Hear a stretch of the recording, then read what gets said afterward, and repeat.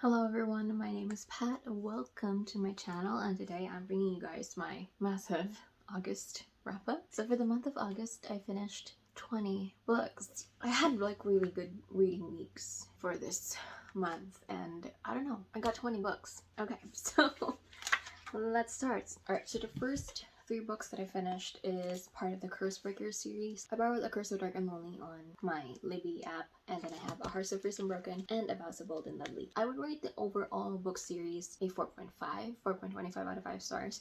The first book I rated a 4.75 out of 5 stars. Second book I rated 4 stars, and the third book I rated a 4.25 stars. I really loved the first part because the first book the most because it's the introduction to the story. It introduced the whole world and the whole plot of the story, and I loved how dark it is despite being a YA, and I loved how, like, overall just really enjoyed what Bridget Kemmerer took from the story and what she added on to make the plot, the characters just so much more. And it's the reason why I love retellings, because we have these, general plot, general storyline, but good retellings really take that and just makes like a whole new world with it. And I really love the way Bridget Kemmerer did it with this one. Again, it's dark, it is YA, but there's a lot of so much more elements added to the story. I actually really like the villain that we have here, the witch, the one who cursed the prince, because although she wasn't always present, she doesn't have to be physically there for you to know that she is there, and that she, how powerful and how crazy and how scary she is. I really liked her as a villain, the witch, and I like the characters. The only thing is that the second book kind of felt, it suffered from the second book syndrome. I think a lot of it felt like it could have been solved. Like, a lot of the things that happened here couldn't have, or kind of could have gone a different way if they all just talked and had conversations. So that was like one thing that really frustrated me here in the second book, because I was just like, you could have just talked. And after like years of spending time together, it felt like it shouldn't be that hard to have a conversation with another person. But I did kind of start to understand the stance of the people here, our characters, because as I kind of really thought about it, I had to understand why they chose the things that they did, what they did, the things that they did. But yeah, I still think that this second book could have gone a different way, and a lot of it was kind of felt like a letdown from the first book, because there was a lot of things happening here, but it's not as, because I'm not very invested in what's happening, because I was so frustrated with how they got there. So I'm like not interested in 100% knowing like what's going on, because I didn't want it to happen in the first place. I think that's why. Third book was great. It's like the accumulation of the changes that this story has become. This is where you can really see where Bridget Kemmerer took the story. There's a lot of really good like political machinations here and issues, and I really liked how grounded the story is to like the reality of being a monarch, being king, being a prince, and what it means to lead your people, all of that. So yes, I really enjoyed this series. Again, probably going to be one of my like favorite fantasy retelling series, because I loved how the story, like where the story was taken from the original.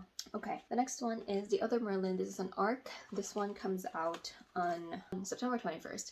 This is a Knight's Tale Camelot King Arthur retelling following Merlin. In this story, the Merlins are siblings, they're twins, and the heroine pretends to be her brother to take his place after he was summoned to the king's court. And Arthur here is depicted as someone who is easily mistaken as a librarian, who loves books more than girls, and Lancelot is now on his way to becoming a knight after a mistake that he did. And also Merlin here is bisexual. Well, and this was a lot of fun. I went into this knowing that it's going to be probably like a really like young, fresh comedic take, and it didn't disappoint. It was so much fun. I rated this one a 4.5 out of 5 stars, and I definitely want to read the next book because I can see kind of where the author is taking it, and I'm very interested in knowing how the story will change and will progress from that point on. So again, this one comes out September 21st. Next one that I finished is When We Make It. This is another arc. This is by Elizabeth Velasquez. This is a YA contemporary written in verse. I rated this one a 4.5 out of 5 stars. This I related a lot to the story of the character in terms of her growing up and the changes that she goes through from being a girl to being an early teen, and how the world changes around her as she gets the attention from men. Suddenly it's dangerous, suddenly it's threatening and something that I, again, really related to, and her struggles with family and what she wants to do and what she wants to be. There's also religion in here, which I also related a lot. It has a lot of really difficult issues that it talks about. So there's a lot of content warnings for this one. So there's mental illness, postpartum depression, sexual assault, food insecurity, gentrification, and physical abuse, plus a few more. So I would say, you know, if you're sensitive to those kinds of content, I would say that check it. I mean, with all the books that you read, check the content warnings. So yeah, that's just one way to make it. This one comes out the same thing, September 21st. Next one is one of my most anticipated releases of this year, The Heart Principle by Helen Huang. This is the third book in the companion trilogy. I think Kiss Quotient is the title. It's following Kwan, who we met in the first book, The Kiss Quotient, and I loved it so much.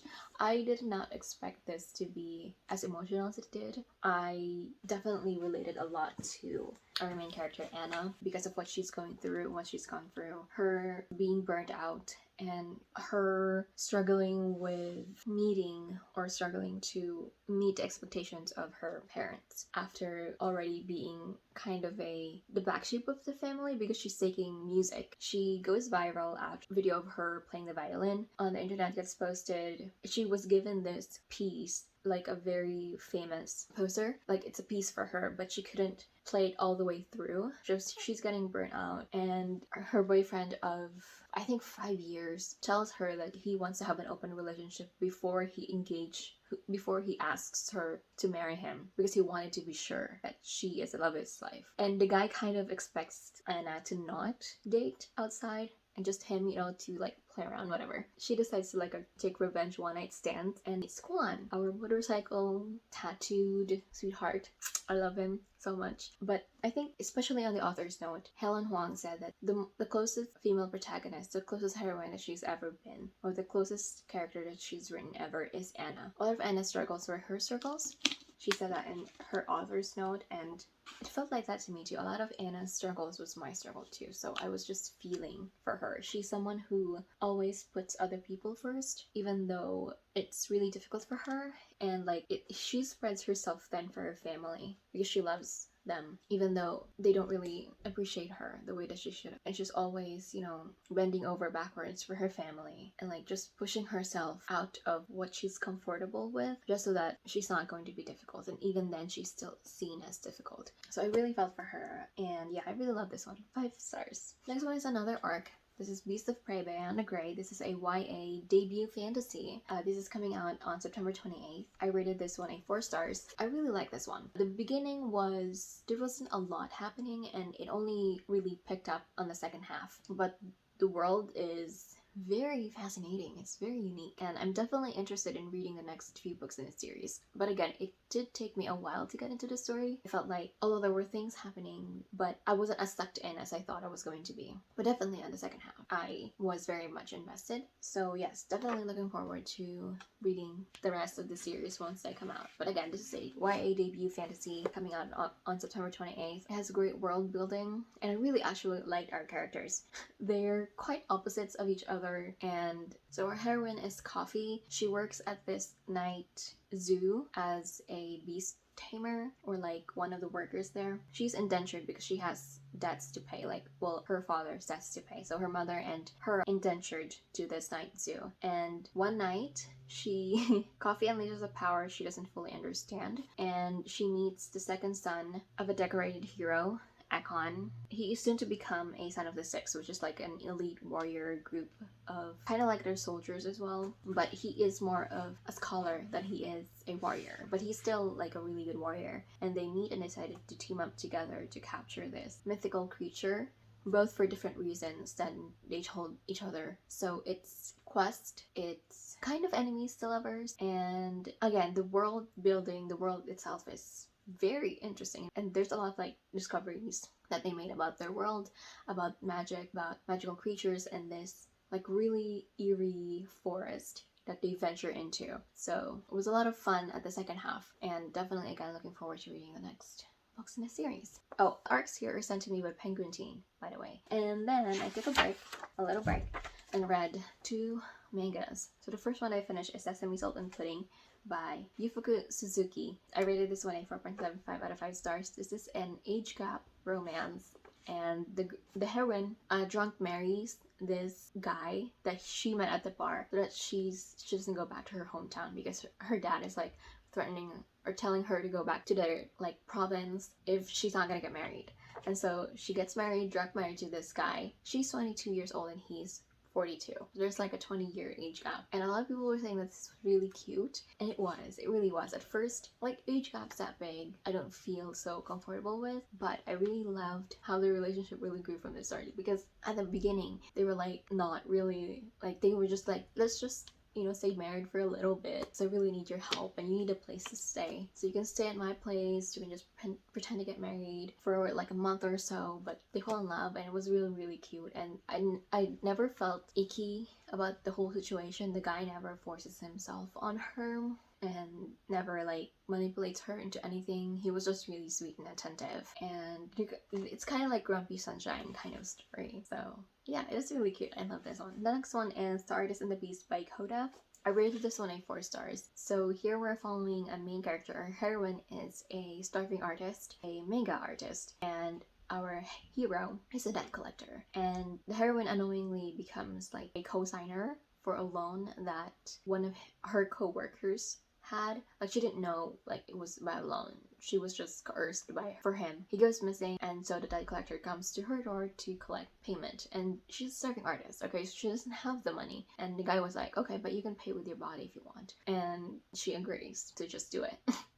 And yeah, at first they start a relationship with just that, having like a sexual relationship, but you know, they slowly get to know each other. And I did feel a little bit, you know, taken aback by how easily the girl was like, okay, let's do it. And she's like a virgin. She doesn't know anything about it. Like, she doesn't know anything about it. She doesn't have any experience with dating, but she did agree to it, and the guy doesn't really force her to do it. So yeah, it was really cute too. There was just that part in the middle where they couldn't acknowledge the feelings that they have for each other, or like they acknowledge it but they don't want to tell the other person because they're both afraid that that person isn't going to reciprocate it and will end the relationship. Like, both of them are thinking of it. It was really frustrating to read, but yeah, both of these are very short too, and they're both completed, so really like that one. So Morning Glory Milking of Fire by Nascosta. This is a Minotaur book. So they're milking, the heroine goes to work in this milking farm to milk minotaurs, and they're milking them that way.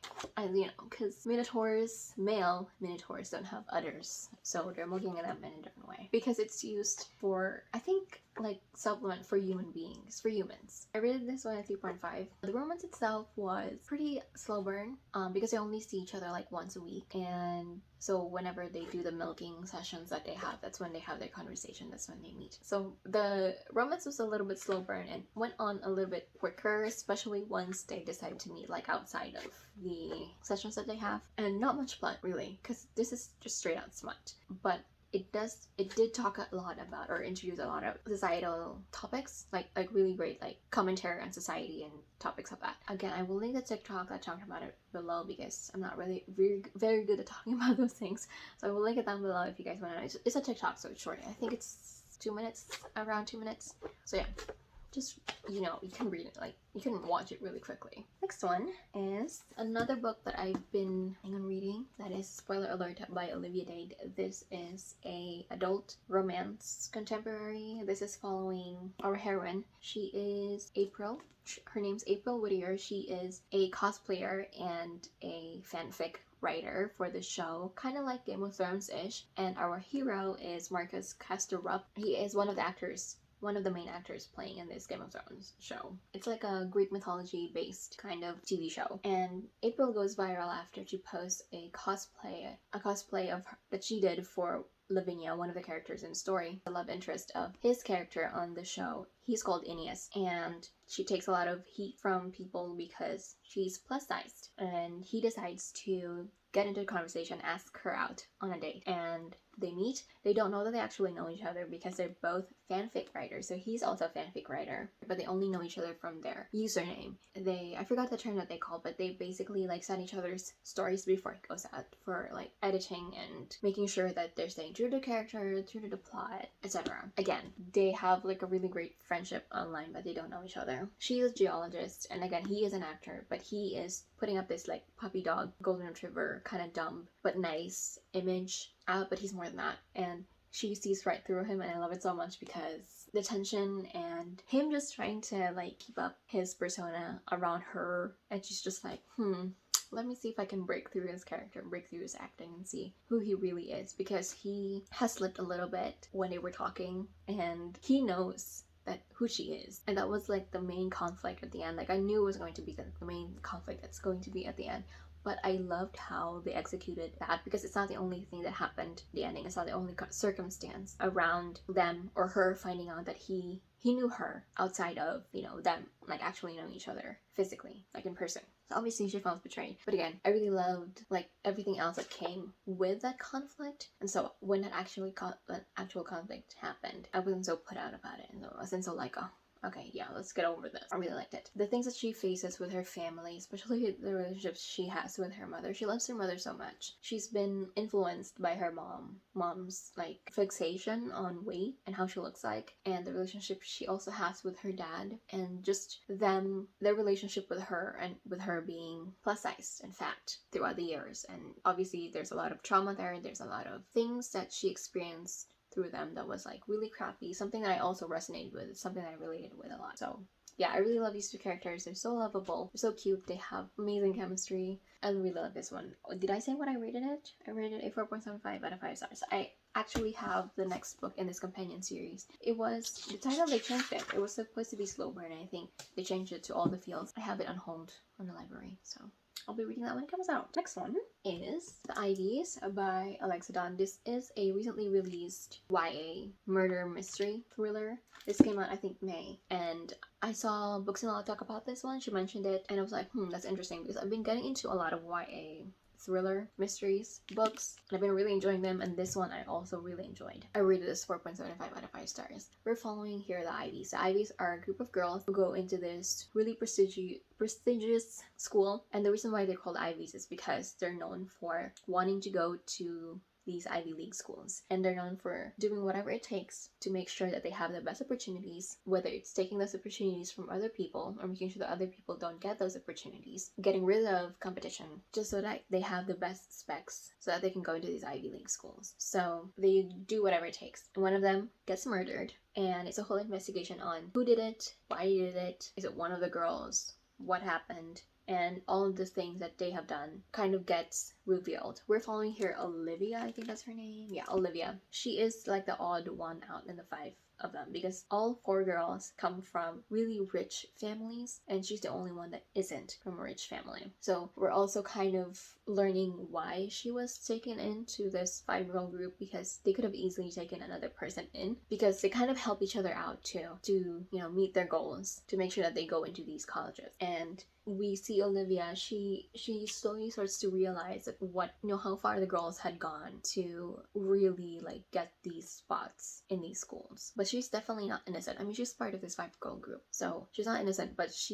what she has done is nothing compared to what the other girls had done. So just a little realizing that. And I love portrayal of the girls, because the girls are portrayed as smart, and obviously they are, because they're trying to get into this like Harvard Ivy League schools. Okay, they're smart. The way that they get rid of competition is in very subtle ways that you can't ever really like pinpoint it down to them. So that was really cool. That was a really amazing to read, because they don't have to go out of their ways or to do something so drastic and so borderline illegal for them to get rid of the competition. It was a really amazing to read. They're like characters that you're not liking, that you can't like because of the things that they've done, but it's so fascinating to read their story and know their story and hear about what they've done, and like you're just interested in knowing about them, even though obviously if you're going to be friends with them in real life, you won't be, like if you had a choice. No. So yeah, I really enjoyed this one. diaries. The next one that I finished is Rhoda NJs Recipe for Romance. This is a YA contemporary as well with romance. We're following Rhoda, who is a Kathak dancer. That she's one of the best Kathak dancers ever, but after she discovers a betrayal in one of the biggest competitions that she's ever in, she stops dancing. She doesn't enter the competition, and she goes to this school in Princeton Academy of the Arts, and she's determined to stop performing, change what she wants to do for the rest of her life. And then she meets Jay, who is this captain of the Bollywood Beats dance team, and he is ranked first in his class. He's an overachiever, but with no college plans, because he wants to, even though he wants to go to medical school, he wants to keep supporting his family, and he can't do that if he goes away to college, and he goes away to like really expensive colleges and go to medical school. It will take years for him to graduate. So they meet, they have this amazing love for dancing. Jay is like this really amazing like ball of sunshine. He's like super nice, he's super smart, super sweet,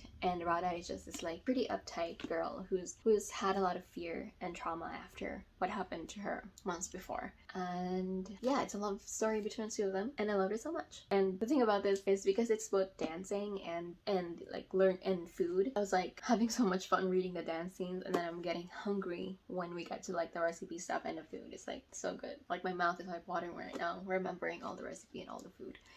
Like, so I really enjoyed this one. I rated this a 4.7. So cute. Love the two characters, and I loved because they're both really smart, and I loved, you know, how Radha is, her relationship with her mom, who's always had put pressure on her, even though to her it's not really pressure because she's always loved dancing. And when she pushes herself, it's from her too and not really her mom. And it's so easy to get swept away by such a strong like parent that sometimes you get swept up by and get run over by what they desire, and you get pressured to whatever it is that they want. But she just loves dancing so much that it wasn't really a lot of pressure for her. She puts the pressure on herself, on her own, outside of her mother. But again, I really love how she knew that, and she's so self-aware, and like she knows that her mom can be very crafty.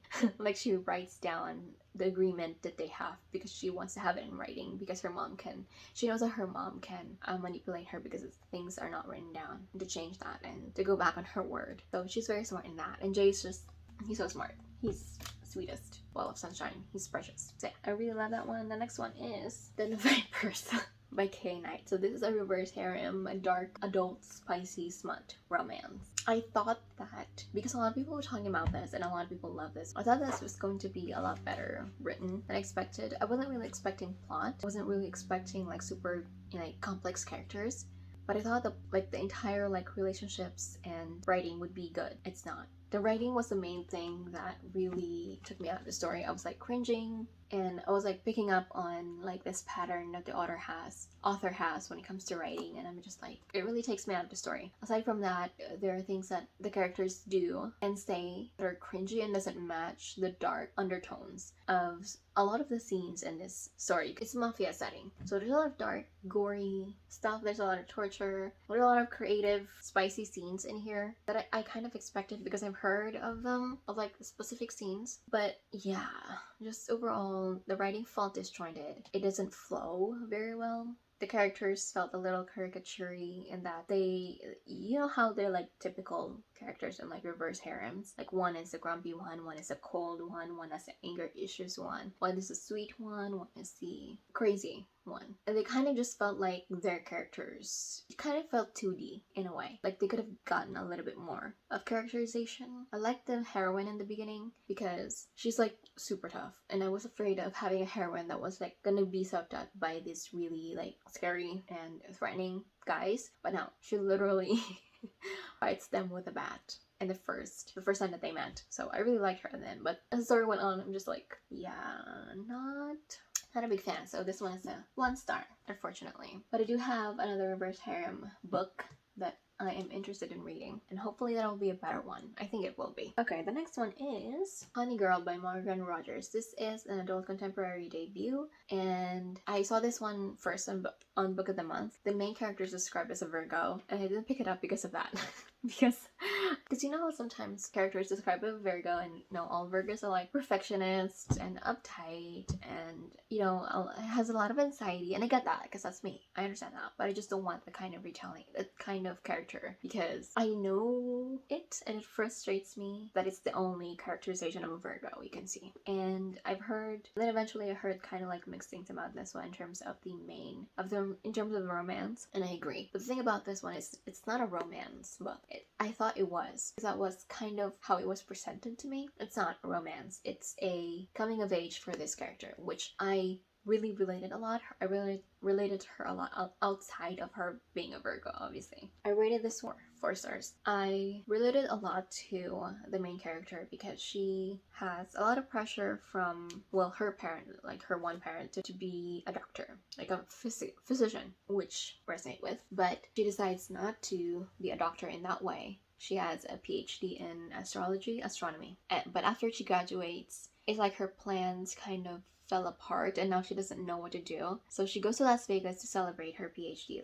Before that, she goes to Las Vegas to celebrate her PhD. She gets drunk married to this girl called Yuki. Yeah, she goes back home and the plans that she has after getting her PhD kind of fell apart, and now she doesn't know what to do, and she doesn't know, like, the plans that she has doesn't feel right to her anymore, and that's been her plan for years. So she's kind of lost. She's a lot lost, and she has a lot of unresolved issues with her dad. So she goes to New York, soul searching, and to get to know this woman that she married. Yuki is a radio DJ, and when she went to New York, I thought that we were going to get, them getting to know each other, but we didn't really get that. We kind of skipped ahead a lot, like few weeks of skipping, like time skip, and I'm just like, what's happening? Like, because I thought that they were gonna get to know each other, because that's the thing that I expected. They were gonna get to know each other and they're gonna fall in love, but it's really not that. It's her coming of age, and I really appreciate that part because there's a lot of things that she suppressed and repressed throughout the years, putting it aside because she didn't want to deal with it, or she didn't want to appear weak, which is part of her upbringing and not just her personality. And so there's a lot of repressed things that she had to work through and realize and accept. And I really love her journey. I love following her journey. Some romance, but it didn't feel very well developed. And I wouldn't say it's like a throwaway part. It's a pretty big part of the story still. So I wanted it to get a little bit more because, again, we didn't really know Yuki. Even at the end, we don't really know her that much yet. So that much still. So this is a coming of age story, not a romance. Another book that I've been wanting to read, Neon Gods by Katie Roberts. I was planning on saving this one because this is like part of a series, but this is a companion series, so not it doesn't. I don't necessarily have to like wait for everything to come out. And I really love this one. Okay, so this one I rated a 4.25 out of 5 stars. I love the retelling here. This is a modern day retelling of Persephone and Hades, set in like a mafia city, and I really like the portrayal of Persephone and Hades here because they were just given a lot more background story and a lot more personality than the original story. And I really love that one. And it's a grumpy Sunshine pairing, but Sunshine is not dumb. She's super smart. She's actually pretty brutal in a way still, though she is like a Sunshine to Hades' pessimism. But Hades is not just dark and broody. He's also very loyal to his people and very servile. Like, he really cares about the people that he's governing, and their businesses, their happiness, their safety. He really cares about them. And Persephone lives in this world where she doesn't want to, and she's been planning on running away and getting out of Olympus. And she has plans. She keeps up this persona of her being like one of the dumb kind of airhead Sunshine daughter of Demeter, but she's more than that. She's a lot more than that, and we really get to know that here. And I really love this one. I love the characterizations, and I love the way that they really like fell for each other. So yeah, Neon Gods, definitely will be reading Electric Idol. I don't know. I think I will try to ask for an arc Electric Idol, because I think Electric Idol will come out early next year, a few more months. But next one is Love in Other Words by Christina Lauren. I cried a lot on this one. This is like a beautiful love story. This is adult. We are following Elliot and Macy. They met each other early teens. I think they were 13 when they first met, and it's a love story between the two of them slowly as they fall in love. But also we're following them.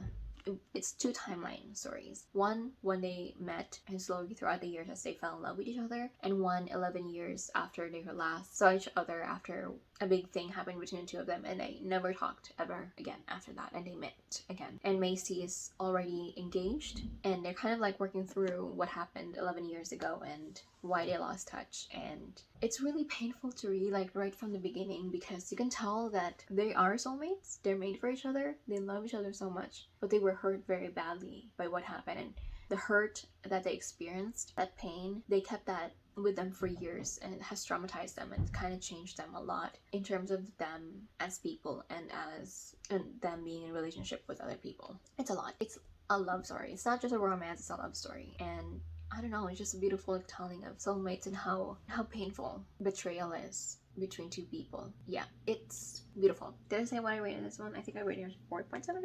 Yeah, 4.75 out of 5 stars. Also, I love this whole thing of what's your favorite word, because they're both massive readers, and I really love that one. They both kind of bonded in the beginning with their love for books and novels, and them slowly like learning from each other throughout the years, because they started early teens, like 18, so like 13 to 18, so they've known each other for 5 years. And you have your awkward teen phase where you're learning about relationships and sex and family and what you want to do for the rest of your life, etc. And it's really because they've always been communicating with each other, just always been best friends. I love their relationship. I wouldn't say it's best friends to enemies to lovers, it's more like best friends to estranged best friends to lovers. Okay, next one is another one that we want to read, Malibu Rising by Taylor Jenkins Reid. I rated it as a 5 out of 5 stars. I love the Riva siblings. They deserve the universe. Taylor Jenkins Reid writing has always been one that felt like the characters are real, and like you can like Google them. Same thing with this one. And it's